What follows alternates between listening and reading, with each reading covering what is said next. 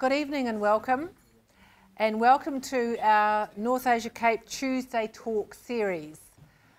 My name is Jenny Dixon and I'm Deputy Vice-Chancellor Strategic Engagement here at the University of Auckland, which leads and hosts the North Asia Centre of Asia Pacific Excellence, or as we call it, the North Asia Cape. It's great to see so many of you here tonight. As many of you will know, the North Asia Cape, along with the Southeast Asia Cape and the Latin American Cape, was officially launched last month at Parliament. It was really exciting to receive such strong, high-level endorsements for our commitment to building business across cultures. For the North Asia Cape, part of that commitment means turning to the experts for their insight and analyses of issues close to the hearts, minds and pockets of New Zealanders engaging with China, Japan and Korea. When thinking of expert analysis, it's hard to go past Rod Oram, a highly respected, nationally published business writer and commentator whose interest in China dates back to 1979 when he first visited that country as a Canadian-based business journalist. Since immigrating to New Zealand in 1997, Rod has taken a keen interest in our dairy industry, even more so since the creation of Fonterra in 2001.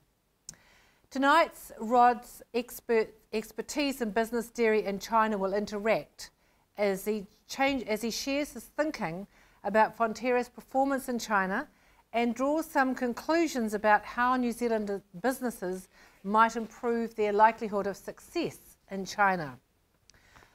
Following Rod's presentation, we'll invite Patrick English to moderate a question and answer session with you. Pat is also a veteran of China, probably well known to many of you, having lived and worked there for many years, including as a trade commissioner and diplomat, and as a member of the negotiations team for the New Zealand-China Free Trade Agreement, and you'll know that we're in the process of doing an upgrade right now. Pat is currently Director of Taimoana Consulting, working with companies developing international trade and business relationships, and he's Chair of the Agricultural Growth Partnership for the Ministry for Primary Industries, and he's also a member of our Confucius Institute Advisory Board at the University of Auckland. Now, just a final note about our film crew. We are videoing Rod's talk to post on our website, but we are not filming our audience members or the question and answer session. So please join with me in welcoming Rod. Kia ora tatou, good evening, and thank you very much for coming along. But a very big thank you particularly to Jenny and to Anne and to Amber for inviting me to give this talk this evening. It also is incredibly appropriate that it's here in the Logan Campbell room because I'm a great fan of John Logan Campbell and particularly Russell Stone's wonderful biographies of him. But it's really important to remember that John Logan Campbell made a great deal of money out of real estate and beer and retailing of imported items. He failed hopelessly as an exporter, particularly of trees that he hoped to sell as masts to the Royal Navy, or indeed even food products. So exporting from New Zealand is incredibly difficult. So I want to say this up front, that I admire a lot about what Fonterra does. It's just that I don't think they've got things quite right in China. So I'm going to launch into this talk. This is not a talk about Australia. This is from Google Earth, but that's New Zealand there, and that's China up there. And I've only put this up to show how far apart the two countries are. And we'll just try and ignore Australia in the middle in the process of this. My title comes as a result of a conversation with Pat yesterday, and he told me of this great Chinese proverb, one bed, two dreams, which seemed appropriate about Fonterra in China, as we discuss who Fonterra has been in bed with in China and how the dreams have been quite different. So I'll start with two proverbs. There is that one, but a proverb I've always liked, and it's tremendously famous, about Deng Xiaoping. It doesn't matter whether a cat is black or white as long as it catches mice. And this is what he'd said this famously many times over the years, but most famously in this economic context in what has become Shenzhen, but at the time was a pretty marshy area over the border from Hong Kong. In the very early days in the 80s of the opening up of China to foreign investment in trade, and there was tremendous pushback, needless to say, in the Communist Party about his view of how China should be engaged with the world, and that's where he famously made the quote on that occasion. I first visited China as a young business journalist in January of 1979. I was working for the Globe and Mail in Toronto, and China had just voted the previous October, it's 78, to open up the country to foreign investment and trade. And by happy circumstance, Canada was already planning a trade mission. So we were the first trade mission into China after that opening up. And it's had an indelible experience for me, and a very formative experience, being in what was still called Peking and Canton at the time, all those years ago. And as a business journalist over the years, I've had a chance to consider a lot about these same bed, different dreams. And I've reported over the years on a number of foreign companies investing in China in a very rocky way. So, for example, when I was consumer industries editor at the Financial Times in London in the early 90s, I was on a Unilever trip to China, where they had just taken over a whole bunch of factories to make toothpaste and other such prosaic consumer products, and they were trying to sell Omo to Chinese. I think at home, I'm looking at my wife here, we might still have the Chinese umbrella with Omo all over it. It took them a long time to get that right. And then, having arrived in New Zealand 21 years ago, have seen the enormous difficulty that companies like Fletcher Steele, AFCO, Carter Holt Harvey, Rashina Pacific and others have had. But there are some really good stories in that China relationship. And probably now about 6 years ago, the Asia-New Zealand Foundation invited me to write a research paper about that. And so they were very helpful, giving a lot of money for research and to help me do that. I think that paper, should you be interested, is still available at the Asia-New Zealand Foundation. So I won't dwell on those lessons there. I'm going to talk about Fonterra. Now, I remember very vividly the announcement when Fonterra said it was going to invest in Beingmate. And so I've always taken a keen interest. But the particular trajectory since late last September has been this. With their fiscal 17 results presentation at the very end of September, they were, again, astonishingly, frustratingly upbeat without any evidence of how Beingmate was going. And there was all sorts of reasons to believe it wasn't going well. So the column I wrote on those results challenged overall Fonterra's story that it was doing really well in value-added products versus commodities, that Beingmate was going very well. And I also explored why Theo Spearings was being paid over $8 million and the governance issues that arose from all of those issues. But I realized that I needed to do a lot more on Beingmate. So I did start, and very wonderfully at Newsroom, Daisy Lee, who's sitting here, a New Zealand-based Chinese journalist, had already been a great help to us at Newsroom on other stories. And so Daisy became very helpful to me in this, in sourcing and translating Chinese stories, which was giving me a bit of a window into Beingmate.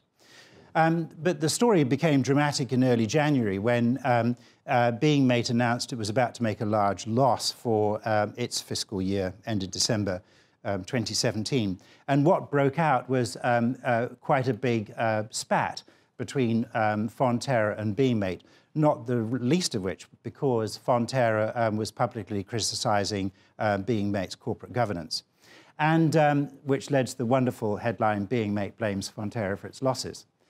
We'll explore that in more detail later. But I then, over the next couple of weeks, tried to understand an awful lot more about Beingmate. And you'll see one of the breakthroughs I had there in understanding what was going on in Beingmate. I'll come back to that point later. Then some further work involved bringing the Financial Times of London into the story. So I was in touch with Jamie Smith, its Sydney correspondent, who covers New Zealand, who was very interested in the story. And his colleague in Shanghai, Tom Hancock, one of these wonderful young journalists, though English, speaks and writes Mandarin fluently. So Tom was a great help to me digging some more information out, which then helped Jamie fill out his story for the Financial Times and my stories for Newsroom. I was determined to get that story out because I knew that Fonterra was heading for its results presentation for its interim results for fiscal 18 on March the 21st of this year. And that's when the two big pieces of news was at last, a very massive write-down on its investment in Beingmate, long overdue, and Theo Spearing's announcing that he was leaving as chief executive of the company. One last story that I wrote was that in the week after those interim results, Fonterra had a series, as it always does, of roadshows around the country to farmer shareholders. Now, as a farmer shareholder, I, of course, can't get into those meetings, but I know a lot of farmers. And they told me what was going on in the meetings. I actually did the old journalistic stopping thing of going down to the Hamilton meeting, which was, we'll come back to that later as well. We'll also discuss that headline to lose, sorry, that should be millions, I'm exaggerating. I'll put that right. It was right in Newsroom. But I will direct you to one other story in this suite that we've done at Newsroom over the last 9 months. After Spearing's announced that he was leaving, Bernard Hickey, my colleague at Newsroom, who runs Newsroom Pro, absolutely the best business journalist in the country, wrote a terrific piece. Spearing's Wilson era at Fonterra was no great success. So when you get the presentation, the PDF of this, you can look back, should you want, on those 15,000 words or so that we've done on this story. So I'm going to talk very briefly about Fonterra's still completely unresolved strategic challenge, and then talk about its first attempt in China with Sanyu, and then Beingmate, and then draw a few lessons out about capital and governance at Fonterra. But I'm going to focus mostly on China in this. Here's the unresolved strategic challenge. Fonterra has slipped into being the second largest milk processor in the world. First is Dairy Farmers of America. But Fonterra ranks only 18th out of the 20th largest processors in terms of revenue per kilogram of milk solids. In other words, it has a lot of milk, but doesn't make much money from it. And in fact, that it lags 40% below the average of those top 20 milk processors. And to give you an idea of some of the other companies, the top 5 are Danone at $2.40 versus 60 cents, i.e. 4 times more than Fonterra, Nestlé $1.90, 2 large Chinese companies, Mengniu and Yili, in there at $1.40, and Lactis of France at $1.30. And that's a link to that, those rankings. That's the chart. So that's the strategic challenge. It gets more intense in China, of course, because Fonterra had made its main entry into China as a manufacturer of other people's infant formula. So it was expanding its ingredients business, but was missing out on the branded consumer goods opportunity of selling its own infant formula there. Its first attempt with Sanyu. In December 2005, it had invested about $175 million at the time. I think it topped that up a little bit later, in a 43% stake in Sanyu. And just over a year later, in February 2006, in the China Economic Review, Patrick Kwok, who was at the time Fonterra's general manager in China, waxed lyrical. I won't dwell on all the words here, you'll see it all in the PDF, but waxed lyrical about this investment in Sanyu.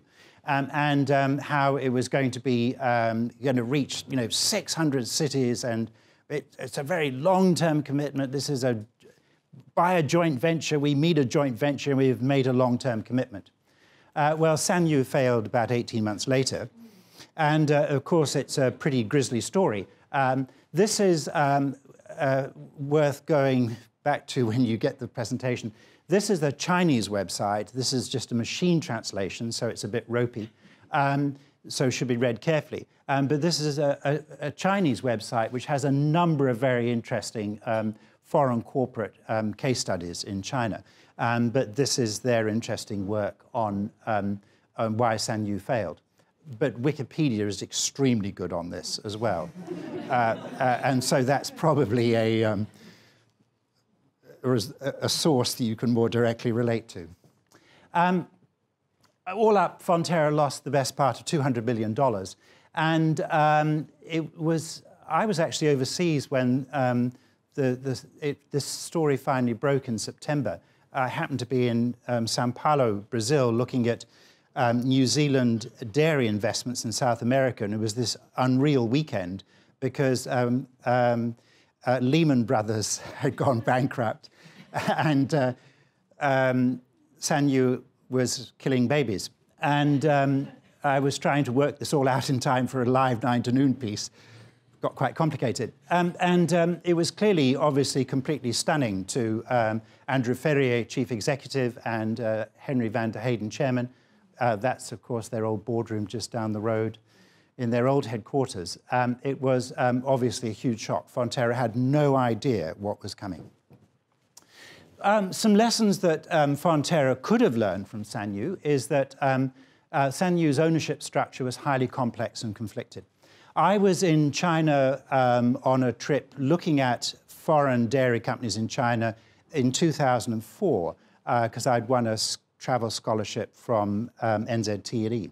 And I think Pat's going to tell a story about that trip when he talks later, me and that trip. Graham Stewart, who was the CFO and head of strategy at Fonterra at the time, had spent years, literally, courting Sanyu. And it was an incredibly complicated deal because it had a very Byzantine ownership structure, heavy provincial and local government engagement, everything. And on that trip in 2004, 4 or 5 months before the deal was finally done, all the senior executives of other foreign dairy companies in China that I spoke to, Nestle, for example, were deeply puzzled about why Fonterra would invest in Sanyu. One of the obvious attractions was it had been the #1 infant formula seller amongst Chinese companies for about 15 years. And so it looked like a really good bet. But all the other companies were going, Sanyu's tricky. And likewise, its management structure was very opaque. But very interestingly, the absolute Achilles heel was that it was really highly reliant for its milk supply on a myriad of very small farmers. And therefore, quality control was very hard to enforce. Interestingly, though, on that same trip, I was in Inner Mongolia visiting Monyu up there, and I was very impressed at the systems they had in place for dealing with lots of small farmers with milking only a few cows. So I have no idea whether Sanyu had a similar structure in place, especially as when it got to the melamine poisoning. That was clearly something orchestrated deep inside the company as a way of boosting, at least in tests, the apparent protein content in the milk, even though they were doing so in a poisonous way. So huge problems with operating culture and systems. Fonterra had 3 appointees to the Sanyu board: Patrick Kwok, who I think was a Chinese national, certainly fluent in Mandarin; Bob Major, who, like Patrick, was a veteran of the dairy board pre-Fonterra, and Bob had long time been based in Hong Kong for the dairy board and then Fonterra.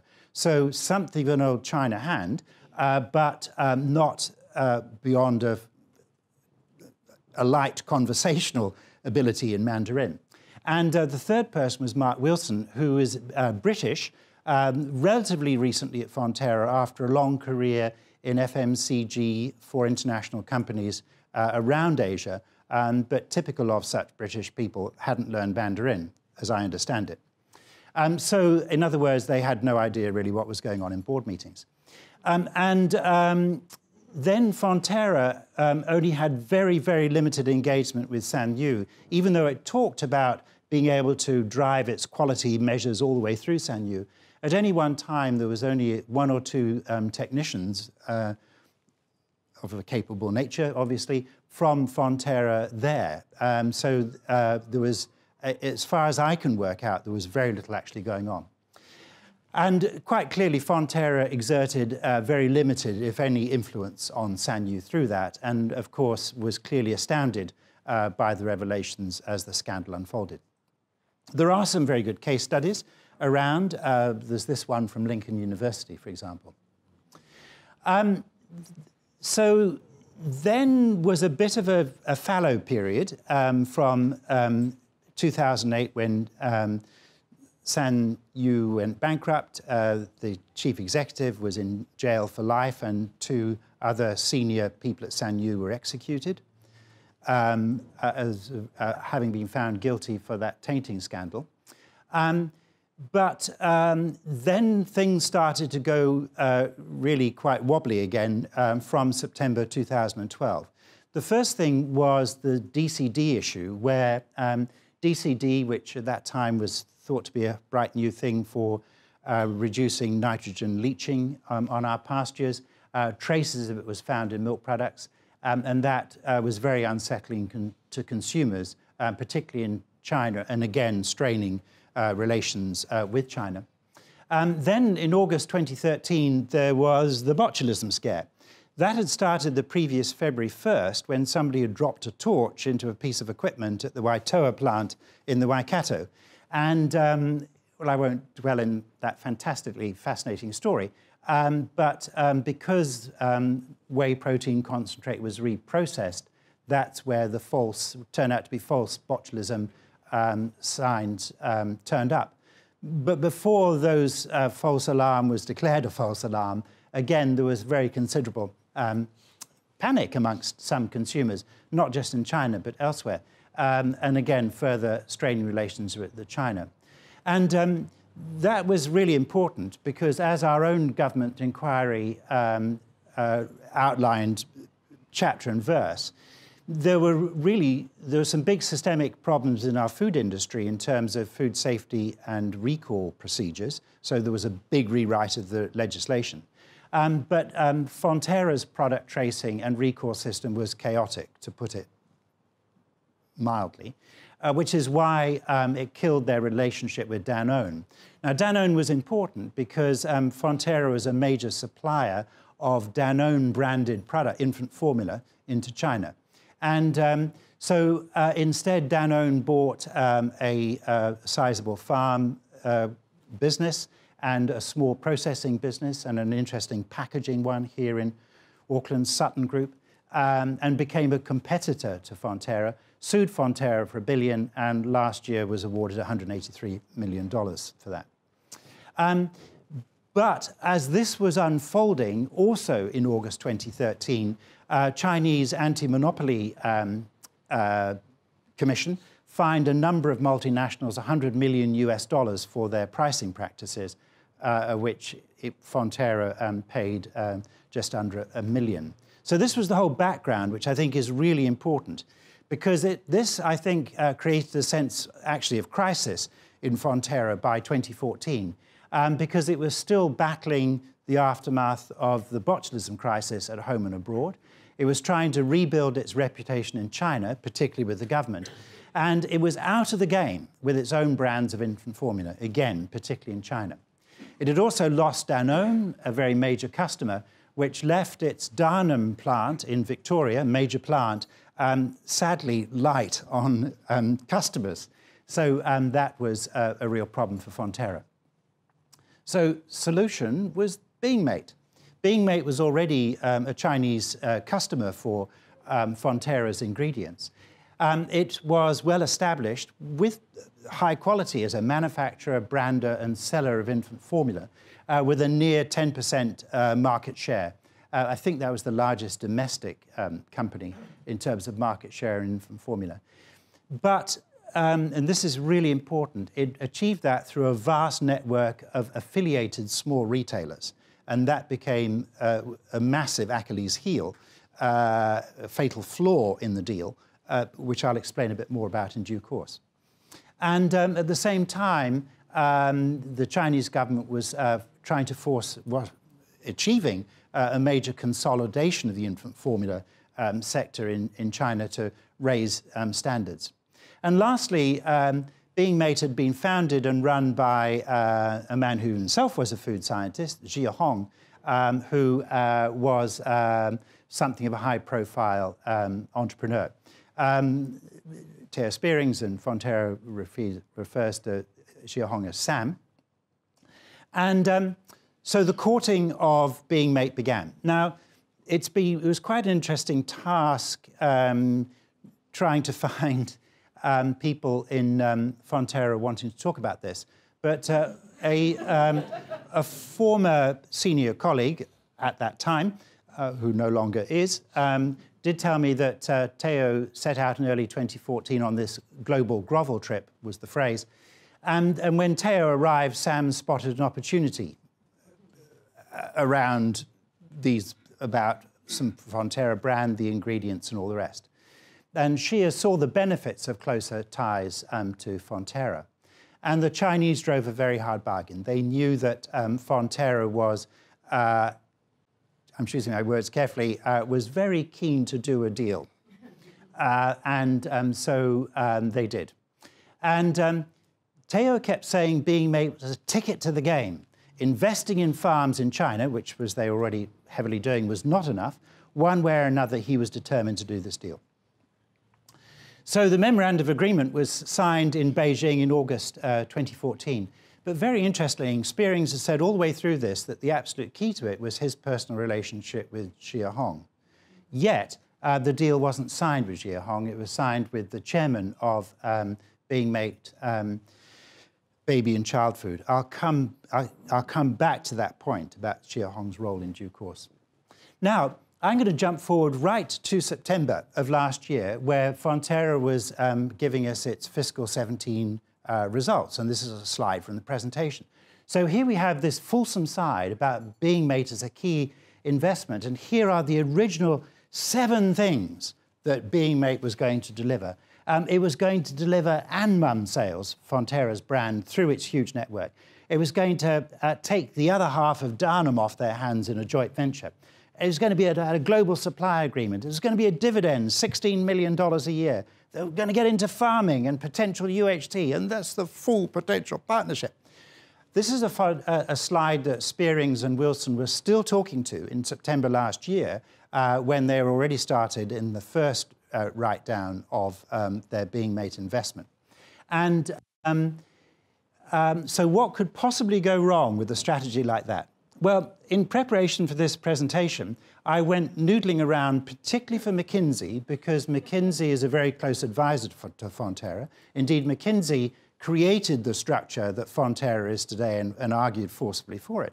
And McKinsey has remained involved, most recently, at least in the Velocity program, which was a great cost-cutting program of recent years. And so I was looking particularly what McKinsey was saying at this time about China. And here's this glorious piece, a Pocket Guide to Doing Business in China, October 2014. And it wasn't hard to find because the University of Auckland had it on its New Zealand Asia Institute website. So there's Fonterra, there's the university. It was right there on the website.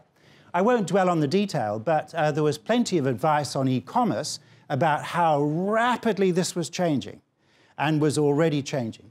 Plenty of advice on joint ventures about how to develop that relationship, and clearly none of it has between Fonterra, and this was their last advice on reputation. So anyway, Fonterra went ahead, as I said. They originally thought they were going to spend $615 million for 20%. But even after they launched their offer for Beingmate shares on the market, I think a large proportion of the shares came from internal sources, and we've never quite got to the bottom of that, rather than on the market. But Beingmate reported its results for the previous year, which were dire, to say the least. When asked about this, Fonterra went ahead and concluded an 18% stake, smaller than expected, for more money, even though things were going south. And when asked about this, Lucas Paravicini, who was Fonterra's CFO at the time and is currently Chief Operating Officer of its global consumers business, said due consideration had been given to Beingmate's recent results, which presumably explains the higher price. Crucially, in terms of losses later, all of that investment was financed by debt, such as dim sum bonds in China with 4% interest rates. Now, a share price chart. So Beingmate floated in 2011 at a price of 42.1 a share. Very quickly, Jia Hong burnt off all the institutional investors, and the company went through a very rocky time. He also lost interest in the company. He started his Beingmate group, but it was Beingmate Baby and Child that was floated. So if you go back here, it's a very rocky share price. This is a long halt in trading prior to Fonterra announcing its decision to invest, and Fonterra's announcement came during that halt. By the time the shares resumed trading, they'd spiked up a lot, and only went up further by the time Fonterra bought its stake in March 2015. And they went up a bit more, Beingmate's the black one, but it's been downhill since. The price last night was under $5.1. In contrast, I just picked two when I did this Bloomberg chart. The best comparator is Yili, which is a very major infant formula company in China. Monyu's a less good comparator because it's not so heavy in infant formula. But you can see how they've outperformed. I think that's a very telling chart. The detail's fascinating, but I won't dwell on it. But essentially, sales had been going south since a peak of 6 billion yuan in 2013. They're now only just over 2 billion. They've fallen by 2/3 in that time. This is Beingmate's revenues. Similarly, profits have fallen off a cliff, and the balance sheet's become very stretched. The board's really interesting, and the management. Again, this is something which is very mysterious. This is from Bloomberg yesterday, showing Jia Hong now as chief executive of Beingmate Baby and Child Food, i.e. the company in which Fonterra has a stake. But Fonterra has been saying, no, he hasn't come back. He's only come back as chairman of his, or chief executive of his holding company. So I have no idea what's going on, but on this I will trust Bloomberg. Anyway, he's there. But this is a fast rotating cast of characters. There's been a heavy turnover of senior management in the time that Fonterra has been involved in. I'm not blaming Fonterra, it's the nature of Beingmate as a dysfunctional company.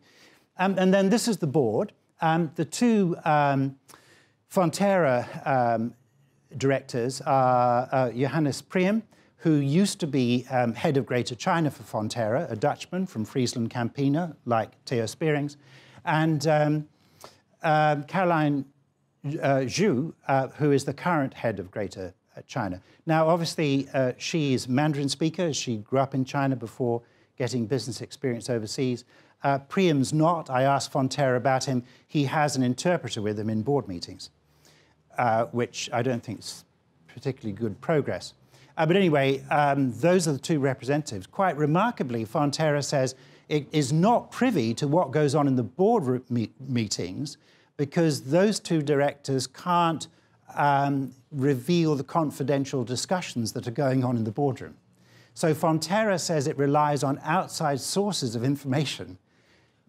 I find this really weird because they hold an 18.8% stake. But anyway, that's what Mike Cronin, head of corporate affairs at Fonterra, has told me. So I think it's odd, but that's apparently what's going on. So what went wrong? Well, there was that constant turmoil in the markets, whether it was regulatory, whether it was this whole huge e-commerce push. And then, of course, lots of management and turmoil on the board as well. Beginning with Jia Hong. He has had dropped out of the picture, both with his own holding company, and then's got very much more involved in a very big biotech startup he's done. Then the next problem from a market point of view is that Beingmate was trying to claw back a lot of margin, a lot of power from all these small retailers around the country who were affiliated to it. Many of these were in third-tier cities and small shops like this. I was grateful to Daisy for this particular photo montage. And I would suggest not quite the market that Fonterra would probably want to be in, but anyway, the sales have been very minuscule. They've got nowhere near the $100 million target for this year that had originally been talked of, as far as I can work out. This is the other problem with e-commerce. This is a wonderful chart from a Harvard Business School case study, which I will refer to shortly. But to show you how brutal this market is, Creation Plus is made by Kerry, the Irish, big Irish dairy company. So it's foreign source, foreign production, foreign safety standards, but a tin of that sells for a mere 129 renminbi or yuan. That's how brutal this market is. And the fundamental flaw in Beingmate is that it's been very slow to adjust to that. What's the cost to Fonterra farmer shareholders? Of the 7 strategic investment or objectives for Beingmate, sales of Fonterra's and Mum brand are still minimal. Beingmate did take a 51% stake in Darnham, but it's buying less than its share of its output. It's admitted to that. So I'm not sure what's going on there and how much of the cost that they're bearing for that. But the other 5 strategic objectives simply have not eventuated. It's as simple as that. Moreover, because Beingmate plunged into loss very soon after Fonterra took its stake, it has paid no dividends. So Fonterra's lost out on that. And then, of course, as of this year, there was the beginning of this year, a very public rupture. Well, what's the cost of this to Fonterra's farmer shareholders? The original investment has been written down from 750 to 244 million. That's a 67% write-down. So if you take the write-down, plus my estimate of the debt costs, plus what we know about Fonterra's equity share in Beingmate's losses, I've only found one reference to that, there may be more, plus the dividends not received, that's Fonterra's in the hole by $702 million. So the interesting question, and we perhaps save this for the questions and answers later, what's the current value of, is the current value of Fonterra's, on Fonterra's balance sheet of Beingmate still 244 million? My very straightforward view is that it's going to be incredibly difficult to turn Beingmate around. So if ultimately the value is 0, Fonterra's shareholders will have lost more than $1 billion on Beingmate. What went on in the Fonterra-Beingmate relationship? The breakthrough on this was I found that there was a Harvard Business School case study on Beingmate, and it only costs about $12. It's best bedtime reading ever. And there's things online. This, for example, is a Chinese baby parenting website, again a machine translation, but wonderful pictures in February of this year where Jia Hong is presenting to, judging by the baldness and the greyness, probably an executive MBA program at Harvard, just in February this year, and I think he was there also last year. Never any mention of Fonterra, as far as I can tell, in these presentations. So what does life inside Beingmate look like as reported by the case study? Well, certainly the opportunity, but big disadvantages. I won't dwell on the detail here, but the essential issue here is that when you have a foreign supply of ingredients, it drastically slows down your ability to innovate because it's such a long supply cycle. Inside, Berlan Qian, at that time Associate General Manager for Global Strategy, was outlining those difficulties. But there was real conflict. And this was picked up by the case writers.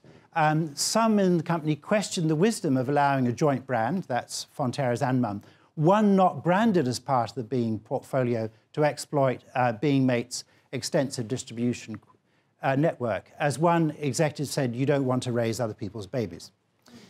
So I think that is perhaps one of the best insights that I got, and on this I will trust the 3 case writers from Harvard. So meanwhile, Beingmate's share of the infant formula market in China plunged from 9.3% in 2013 to 2.5% last year, according to Euromonitor. Meanwhile, Nestlé's arch rivals, such as Nestlé, Danone and Friesland Campaigner, have all increased their market share in China in infant formula. So Fonterra is further behind now than it was before it made the investment in Beingmate. What went wrong? Well, clearly, Fonterra was under a lot of pressure. It felt that it needed to make such a big strategic investment. Clearly, Beingmate took advantage of them. The one document I would love to read, should anybody wish to leak it to me someday, would be the due diligence report that the Fonterra board got. I understand it was an Asian-based, at least, branch of a major investment house. I know nothing more about it than that.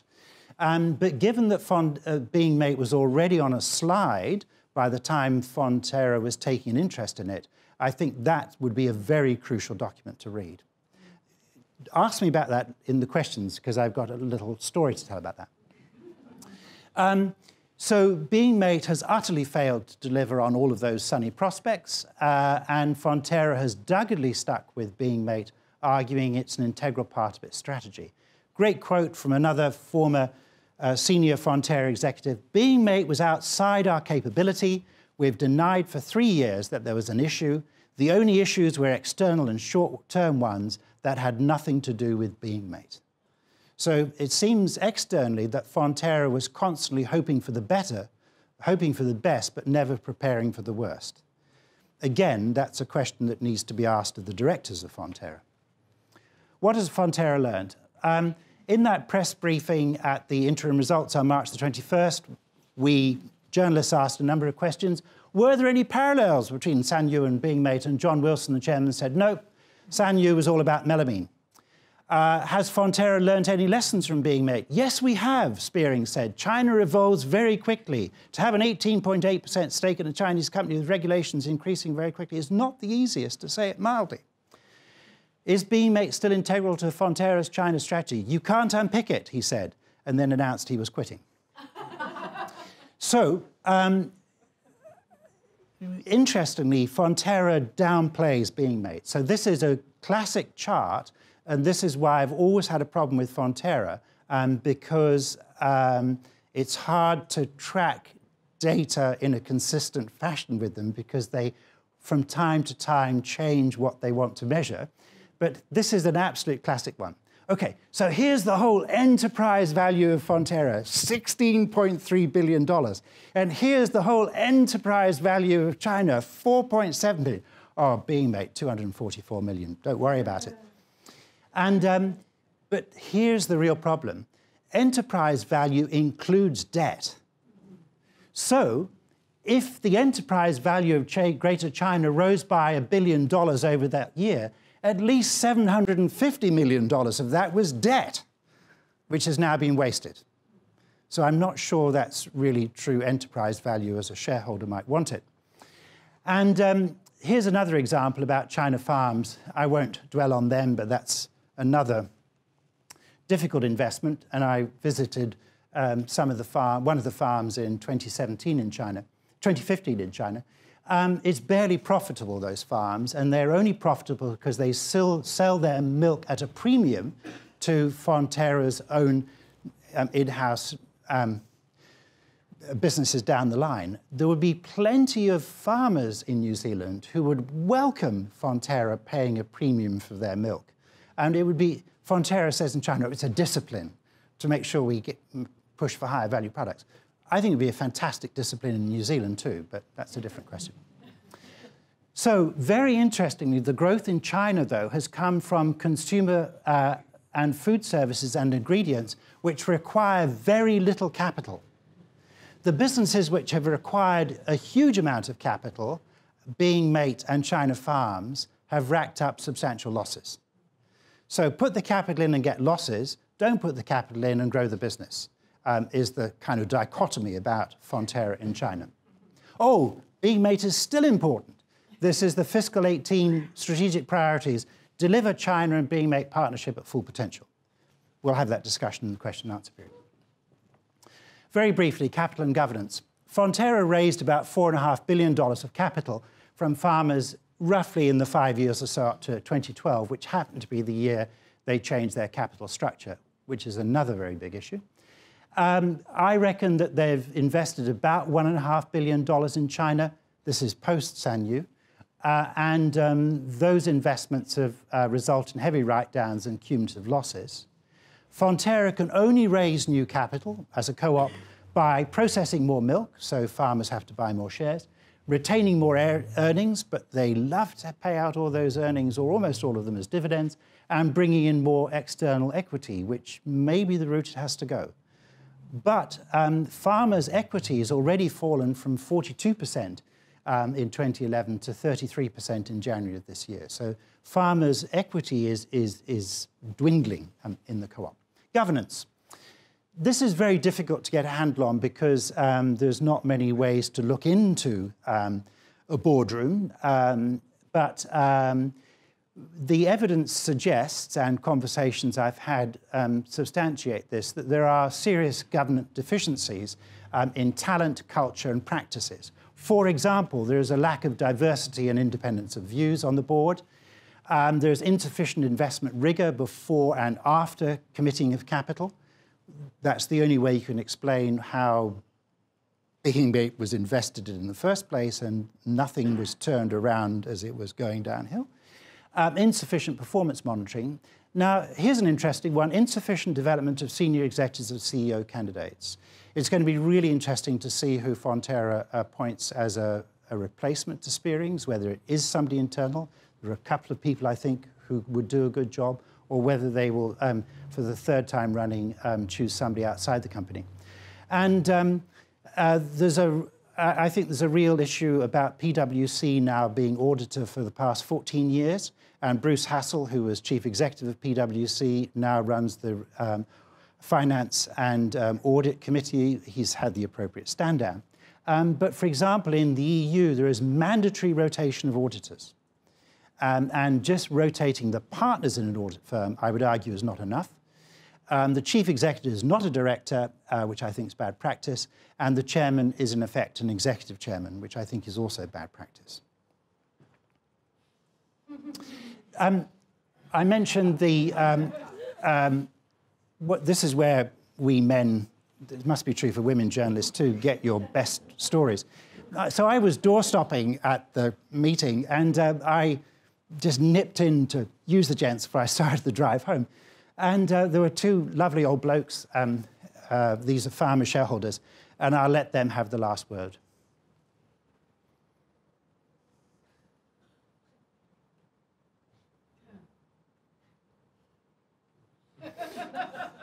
Thank you very much indeed.